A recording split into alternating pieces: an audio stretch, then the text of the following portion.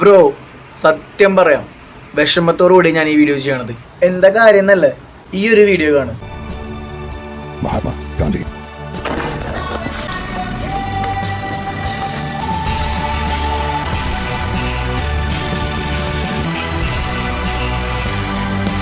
നിങ്ങൾ ഇപ്പൊ കണ്ട ഈ ഒരു വീഡിയോന്റെ കമന്റ് ബോക്സ് കണ്ട തന്നെ സത്യമായിട്ടും ഒരു ഇന്ത്യക്കാരൻ എന്നുള്ളതല്ലേ നമ്മൾ വിഷമിച്ചു പോകും.